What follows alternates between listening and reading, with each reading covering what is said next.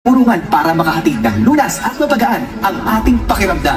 Reels that heal. Hindi lamang pagpapasaya ang kanilang hatid, kundi mahahalagang kaalaman sa kalusugan at medisina ang kanilang pinababatid. Nagsimula ako na magkaroon ng online consultation nung kasagsagan ng COVID, kung saan limited ang face-to-face consultation. So yung mga pasyente ko na nagpo-follow up for diabetes at thyroid, at lalong-lalo na yung mga suspected na COVID cases, tinitignan ko through online na consultations. Sa katunayan, hindi lamang sa Isabela napapanood si Dr. Irma, kundi pati mga kababayan nating overseas Filipino workers mula Hong Kong, Singapore at Saudi Arabia sa kanya na nagpapakonsulta. Parang may kurot sa puso ko kapag may mga kababayan tayo na from Hong Kong or from usually sa mga Middle East countries na nagkukonsulta sa akin. Yung daingan ka ng kanilang nararamdaman or ng sakit, hindi mo man sila mapagaling.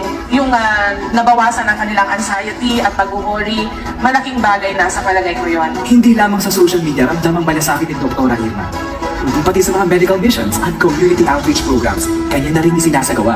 Dahil sa mga kinikita ko sa Facebook page ko, doon ko siya dinadala yung sa mga medical missions and at the... Alam nyo ba na ang depression ay simptomas ng hypothyroidism? Si Doc Irma po ito. Ang mga pasyenteng may depression, karaniwan ay pinapacheck namin ang kanilang thyroid function test dahil maaaring sila ay may hypothyroidism na nakakalala sa kanilang depression. Ang ibig sabihin ng hypothyroidism ay yung kakulangan ng thyroid hormone na ginagawa ng ating thyroid gland na maaaring resulta ng pagkaka-opera mo sa thyroid, radioactive, o resulta ng tinatawag na thyroiditis.